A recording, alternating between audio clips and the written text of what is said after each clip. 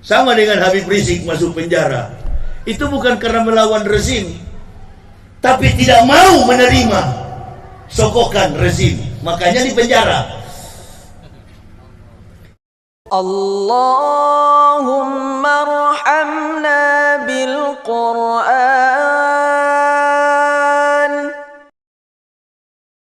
Ibu bapak, saudara-saudaraku rahimakumullah, yang kami muliakan, yang kami hormati, para alim, para ulama, tokoh-tokoh masyarakat cerdik pandai, panitia penyelenggara tabligh akbar, imam rawatib Masjid Asy-Syuhada Kabupaten Rokan Hulu, Provinsi Riau, atau tepatnya di Desa Mahato, Kecamatan Tambusai Utara. Dan yang kami cintai, kami banggakan, ma'asyiral muslimin wal muslimah rahimakumullah, berhadir pula bersama-sama dengan kita wakil rakyat, anggota DPR Kabupaten Rokan Hulu. Saya sempat bertanya, beliau dari partai apa? Rupa-rupanya beliau dari partai santun. Beliau dari partai yang tidak pernah pisah dengan masyarakat. Beliau dari partai yang berhati-hati dalam mengambil segala kebijakan politik, dalam sebuah lompatan kemampuan merekam jejak politik di masyarakat. Saya bukan politikus, Pak, tapi saya backgroundnya filsafat, mampu membaca wisdom dalam konstruksi kehidupan masyarakat global secara spesifik dalam konteks nasional. Saya paham betul Partai Demokrat sangat berhati-hati dan kritis dalam segala kebijakan, sama dengan kehidupan kita umat Islam sekarang ini. Ibarat kita sedang berjalan di atas duri, berjalan di atas bara api. Salah sedikit kita hangus, dan sudah banyak yang hangus, sudah banyak yang tertusuk duri. Inilah fenomena kehidupan dalam negara demokrasi. Saya pribadi, ibu bapak, saudara-saudaraku adalah orang yang tadinya dari latar belakang bukan Islam. Dari nasab keturunan kami di Manado tidak beragama Islam. Atas petunjuk hidayah dari Allah Subhanahu wa taala, kami sekeluarga, saya, istri dan anak-anak mengucapkan la ilaha illallah Muhammad Rasulullah. Hidayah bukanlah sesuatu yang membalikkan seperti membalik telapak tangan. Fenomena kehidupan orang yang masuk dan keluar Islam tentu memiliki proses. Orang yang masuk Islam diberi petunjuk oleh Allah disebut sebagai muhtadin. Mayahtilahu fahuwal muhtadin wa mayudlil faulaika humul khasirun. Orang yang keluar dari Islam disebut murtadin. Orang yang masuk Islam muhtad, orang yang keluar dari Islam murtad. Selama ini ibu bapak salah kan? Mengatakan orang yang masuk Islam itu mu'alaf. Mu'alaf itu enggak tentu, belum tentu dia Islam. Innal ladzina kafaru sawa'un 'alaihim a ansartahum am lam tunsirhum la yu'minun. Itu mu'alaf. Sekalipun engkau meyakinkan wahai Muhammad, belum tentu. Orang kafir tidak akan beriman. Itu mu'alaf. Dan kami bukan dari golongan itu.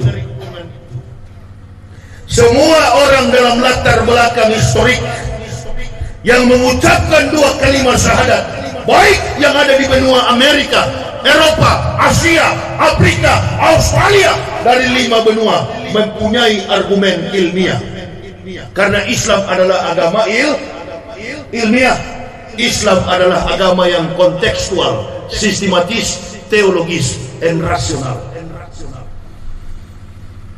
Bersyukur ibu bapak, begitu lahir langsung beragama Islam. Qad aflahal mu'minun, beruntunglah orang-orang yang beriman. Kalau seandainya ibu bapak lahir dalam keadaan kafir, belum tentu ibu bapak bisa masuk agama Islam. Allahu Akbar. Beberapa hari lalu, astronot angkasawan Cina mendengar ketukan ketika dia di bulan. Pesawat antariksa yang ditumpanginya diketok oleh bintang. Sekarang beliau dikucilkan keluarganya karena percaya kepada Islam. Dicari selak beluk bintang yang mengetuk, hanya ada di surat Quran At-Tariq. Bintang pengetuk. Apa artinya? Bahwa alasan argumen orang masuk Islam itu ilmiah. Bukan seperti orang murtad, Indomie 1 bungkus, beras 1 liter. Oh iya, panggil orang yang murtad, panggil orang yang masuk Islam. Panggil murtad, debat. Tidak ada kompetensi mereka itu sebagai orang yang terhormat di dalam Islam. Abangan Islam KTP. Betul apa betul? Tidak aktif di masjid. Hanya karena isi perut, hanya karena materi, kemudian murtad dari Islam. Itu kebanyakan. Tapi untuk mengemukakan pendapat agama yang rasional secara eksologi, etika, logika, estetika, tak mampu. Ini agama yang dikatakan baginda Rasulullah Muhammad sallallahu alaihi wasallam, al-Islamu ya'lu wa la yu'la alaih. Agama Islam itu agama yang tinggi. Dinul Haq, dinul Islam.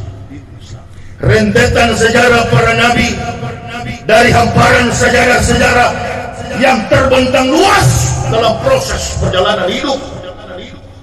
124.000 nabi, 123.999 nabi gagal.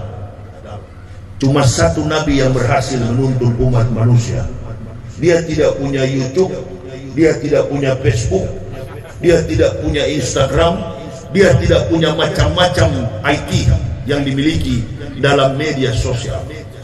Tapi dia mampu menarik simpati magnetnya, sehingga hari ini jumlah umat Islam dari 8 miliar penduduk bumi, umat Islam perkembangannya luar biasa, sudah 2 miliar lebih. Di mana perkembangan ini? Di Eropa.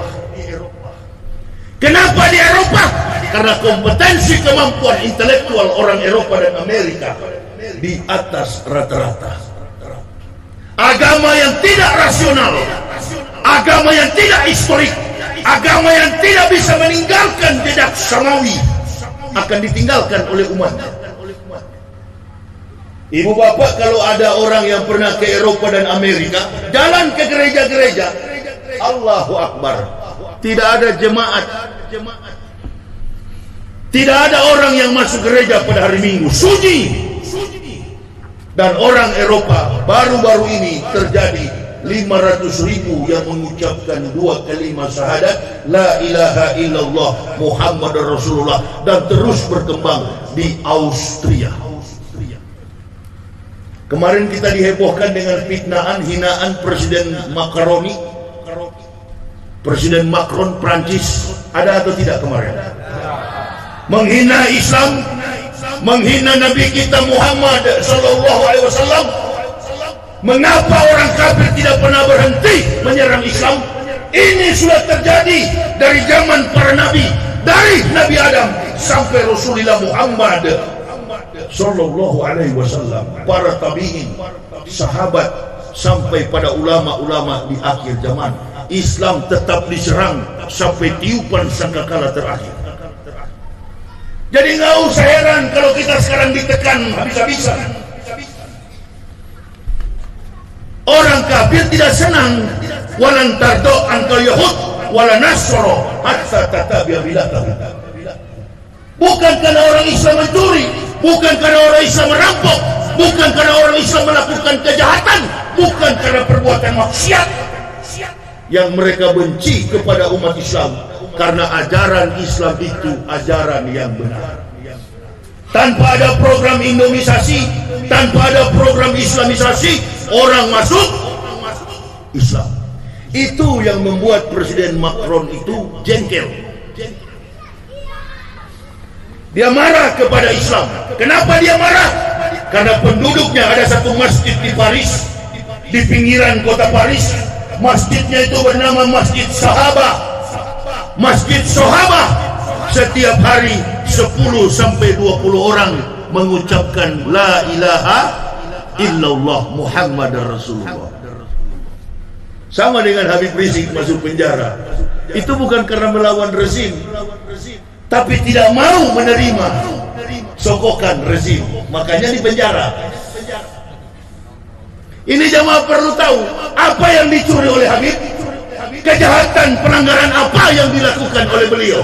Saya terus bela beliau. Kenapa? Karena ini melambangkan perjuangan suci umat Islam. Allahu Akbar.